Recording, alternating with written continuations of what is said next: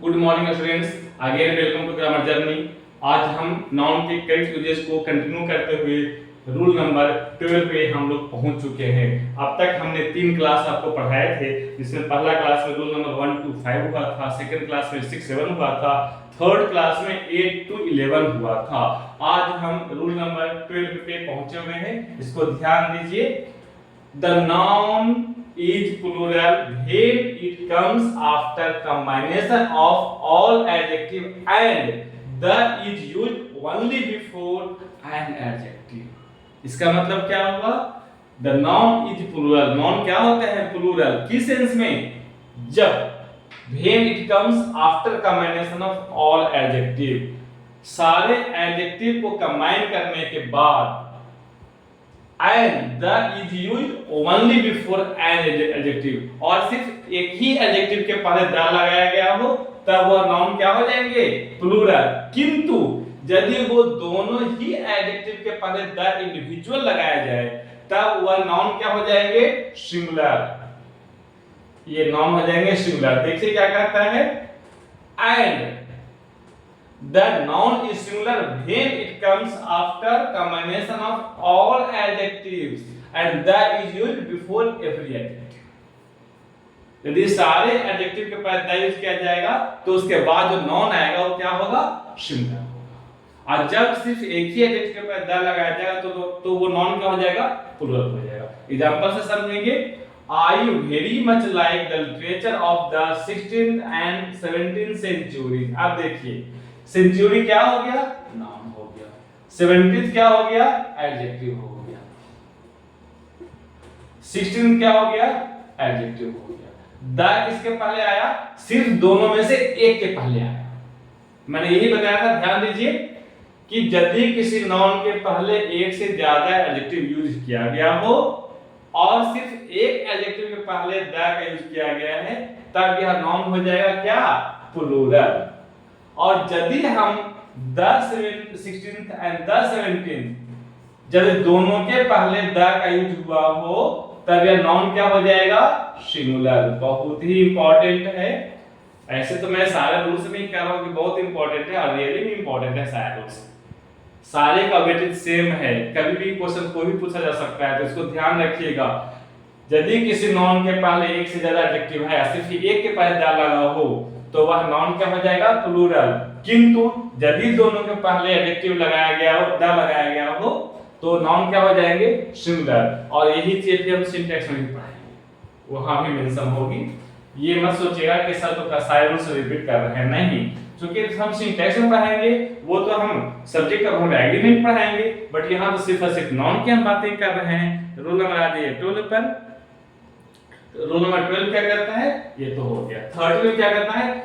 If a half or a quarter comes after an adjective, यदि किसी adjective के बाद a half और a quarter आता है, then noun comes after numeral adjective and then put a half or a quarter after the noun. यानी कि यदि a half और a quarter के बाद कोई adjective आता है और noun कब आता है?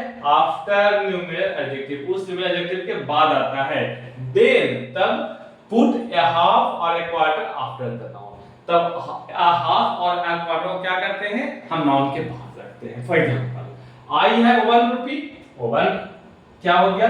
न्यूमेरल एडजेक्टिव हो गया, है ना? रुपी क्या हो गया? नाउन हो गया। तो क्या इसमें था कि नाउन को कहां रखते हैं? ये एडजेक्टिव के बाद रखते हैं और एक हाफ और एक क्वार्टर क्या करते हैं? हम एंड के बाद इसको जोड़ देते हैं, लेकिन a half और a quarter after the noun, noun के बाद इसको हम जोड़ देते हैं। इसका अर्थ क्या हुआ? I have 1 rupee and a half, मैं 1 रुपया और आधा। किसका आधा? इस रुपये का आधा। जिसका मतलब क्या हो गया? 1.5 रुपीज, है ना? लेकिन यदि ये कहते हैं 1 rupee and 1 and a half rupee, चलिए यहाँ तो 1 पे लागू हो जाएगा, लेकिन यदि 2 रखते हैं, सपोज यहाँ 2 हम करते हैं, है ना? यदि 2 rupees and a half, तो 2 rupees और हाफ किसका? रुपये का। तो रुपया क्या आधा क्या होगा? आधा रुपया। यानी कि 2 रुपये और आधा कितना हो जाएगा?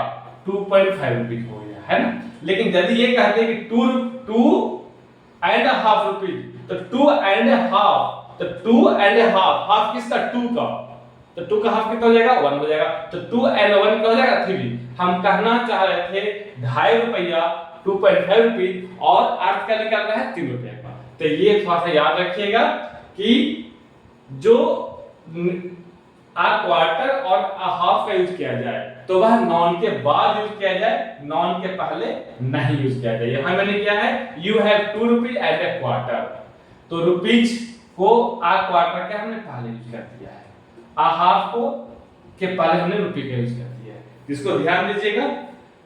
नोट कहता है कि if numeral adjective and fraction a half a quarter, half और क्वार्टर फ्रैक्शन ही तो है, इज कंबाइंड विद एंड, यदि हम एंड से कंबाइन करते हैं, it is used to tell sense of multitude, then the noun comes after a noun a quarter in plural form. यदि हम गुना करने के अर्थ में यूज करते हैं तब हमारा जो नाउन है वो ए हाफ और ए क्वार्टर के बाद आएगा। For example 1 and a half times, एक और आधा टाइम्स, तो यहाँ पे गुना करने के अर्थ में हो रहा है 2 एंड अ क्वार्टर टाइम्स, गुना करने के अर्थ में हो रहा है, तब यहाँ पे हम नाउन को आ क्वार्टर और आ हाफ के बाद रखते हैं। इसको देखिएगा। नेक्स्ट रूल नंबर 14 क्या कहता है, if a common noun is used multiple times in a sentence, then its gender masculine or feminine should always be same in entire sentence। ये भी इंपॉर्टेंट है।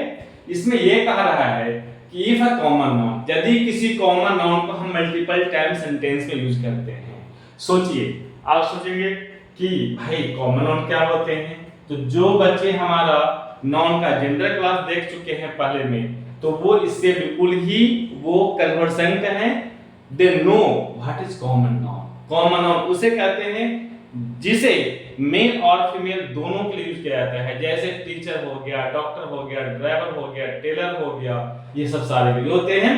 तो सेंटेंस में ये कहा जाता है कि यदि आपने किसी सेंटेंस में कॉमन नाउन का यूज किया है और उसका मल्टीपल टाइम्स में यूज हो रहा है सेंटेंस में, तो जेंडर उसको एक ही रखेंगे। एग्जांपल समझेंगे, a teacher should fight for his right. अब देखिए यहां से स्टार्ट होती है हमारा गेम। टीचर क्या हो गया, कॉमन जेंडर हो गया, कॉमन नाउन हो गया, है ना। अब अ टीचर से हमें पता नहीं चल रहा है कि whether the teacher is female और मेल, वी डोंट नो। थोड़ा सा और आगे बढ़ेंगे, a teacher should fight for his right, good, बहुत अच्छा। हिज का मतलब क्या हो गया, ये मेल टीचर थे, ये हमें समझ में आ गया। कौन टीचर है, मेल टीचर है, ठीक है। तो a teacher should fight for his right but he, अब यहां पे सपोज कर देता सी, तब ये क्या हो जाता, रॉन्ग हो जाता, क्योंकि हम एक बार हिज किसके लिए होता है यूज, मैस्कुलिन जेंडर के लिए। ही किसके लिए होता है, मैस्कुलिन जेंडर के लिए। He must not neglect his duties, ये भी क्या हो गया, मैस्कुलिन जेंडर हो गया। Duties, a teacher should fight for her right but she must not neglect her duty, ये भी फेमिनिन जेंडर है, ये भी फेमिनिन जेंडर है, ये भी फेमिनिन जेंडर है। तो हमने टीचर को क्या कर लिया कंसीडर, एक फेमिनिन जेंडर को। तो चूंकि टीचर एक कॉमन जेंडर है, तो इससे हमें पता नहीं चल पाता है कि एक्चुअल में वो टीचर मेल है या फीमेल है, मैस्कुलिन है या फेमिनिन जेंडर है।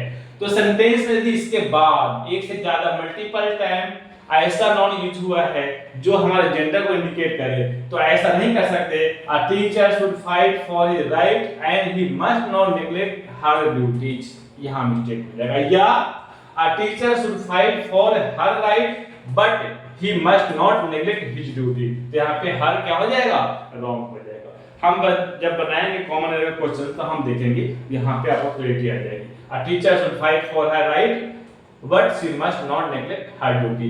आप सोचते होंगे यहाँ पे ही और सी यानी कि मैस्कुलिन मान लिया, फेमिनिन मान लिया, इसमें कोई दिक्कत नहीं है, बट इंटायर सेंटेंस में आपको सेम होना चाहिए। और यदि किसी पैराग्राफ में लिख रहे हैं और उस पैराग्राफ में कहीं पहले से मेंशन है कि वो टीचर जो कॉमन जेंडर में है वो फेमिनिन जेंडर में है या मैस्कुलिन जेंडर में है, तो वो आपको उसी जेंडर में रखने होंगे, उसको हम बीच में चेंज नहीं कर सकते। Okay, thank you.